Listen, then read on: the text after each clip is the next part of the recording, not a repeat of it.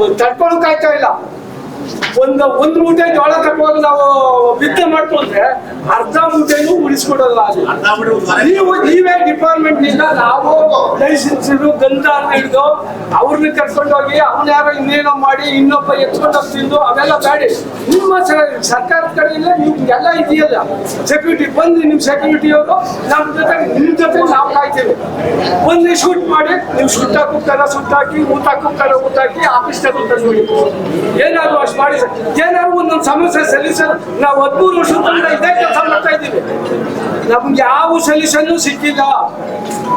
ಬರೀ ನಾವು ನೋವು ಪಡ್ತಾ ಇದ್ದೀವಿ, ವ್ಯಥೆ ಪಡ್ತಾ ಇದ್ದೀವಿ, ನಿಮ್ಮೊಂದು ಬಂದು ಹೇಳ್ಕೊತಾ ಇದ್ದೀವಿ. ಯಾವ್ದು ಸರ್ಕಾರ ಯಾವ್ದಾದ್ರು ಗಮನ ತಗೋತಾ ಇಲ್ಲ.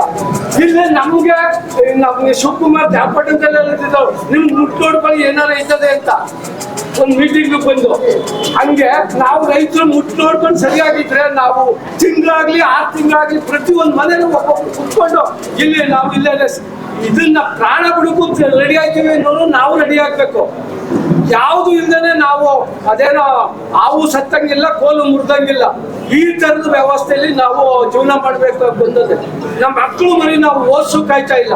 ನಾವ್ ಏನೇ ಬೆಳೆ ಹೊಟ್ಟಿದ್ರು ಅಲ್ಲಿ ಯಾವ ಇದು ಆಯ್ತಾ ಇಲ್ಲ. ನಮ್ಗೆ ಜೀವನ ಮಾಡುದು ಆ ಅಮ್ಮ ಹೇಳ್ತಾರೆ ಕಣ್ಣೀರು ಬರ್ತದೆ. ಜೀವನ ಮಾಡುದೇ ಒಂದೇ ಕೈ ರಾಗಿ ಚೆಲ್ಕೊಂಡಿದ್ರು ಬಂದು ಒಂದ್ ರಾತ್ರಿ ನಮ್ಮೂರಲ್ಲೇ ವಿದ್ಯೆನಹಳ್ಳಿ ನಾನು ನಮ್ಮೂರಲ್ಲೇ 1 ಎಕರೆ ಭತ್ತನ ಕಂಪ್ಲೀಟ್ ಆಗಿ ತೊಳ್ಬಿಟ್ಟು 2 ರೈತರು ಹೋಯ್ತು. ಈಗ ಅವನು 15,000 20,000 ಬೇಕು 1 ಎಕರೆ ನಾಟಿ ಮಾಡಿಸಿ ನಾವು ಭತ್ತ ಕೊಯ್ಲು ಮಾಡಿಸ್ಬೇಕಾದ್ರೆ ಅವನ ಕತೆ ಏನೀಗ?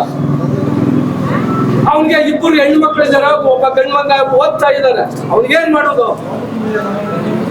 ಈ ತರ ಪರಿಸ್ಥಿತಿ ಇದೆ. ಏನಾದ್ರು ಒಂದು ಸೊಲ್ಯೂಷನ್ ಆಗ್ಬೇಕು. ನಾವು ಒತ್ತಾಯ ಮಾಡುವುದೇ ಒಂದೇ ಅಲ್ಲ, ಆಗ್ಬೇಕು. ಮಾತಾಡಿ ಸರ್.